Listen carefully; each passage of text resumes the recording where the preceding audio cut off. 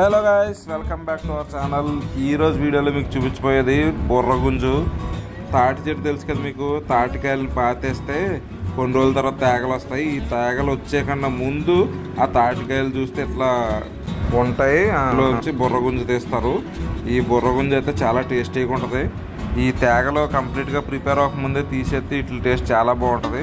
తేగలు వచ్చేసిన తర్వాత అంత స్వీట్నెస్ ఉండదు, గుంజు ఉంటుంది కానీ వీటిల్లో అంత టేస్ట్ ఉండదు.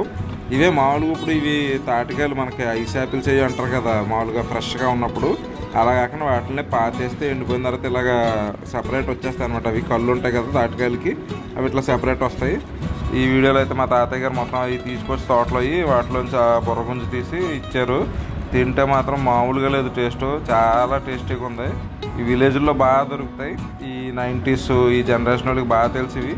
మీలో ఎంతమంది ఇట్లా టేస్ట్ చేశారో, మీ సైడ్ ఇట్లా ఏమంటారో ఒకసారి కామెంట్ చేసి చూసేద్దాం. కానీ ఎప్పుడైనా సరే మీరు ఏమన్నా ఈ సంక్రాంతి సీజన్లో ఈ విలేజెస్కి వెళ్తే ఖచ్చితంగా ట్రై చేయండి. ఈ సీజన్లో బాగా దొరుకుతాయి ఇవి. ఈసారి సంక్రాంతికి ఎవరన్నా కోడి పందాలకి భీమవరం సైడ్ వస్తే చెప్పండి, ఎక్కడైతే బాగా దొరుకుతాయి మీకోసం కొన్ని రెడీ చేసి పెట్టేస్తాను. వీటితో పాటు తేగలు కూడా చాలా టేస్టీగా ఉంటాయి, కాల్చుకుని తింటేనే అవి కూడా బాగా దొరుకుతాయి మా సైడు.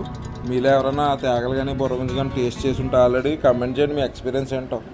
నెక్స్ట్ వీడియోలో మళ్ళీ కలుద్దాం. Until then stay tuned to our channel. Bye bye.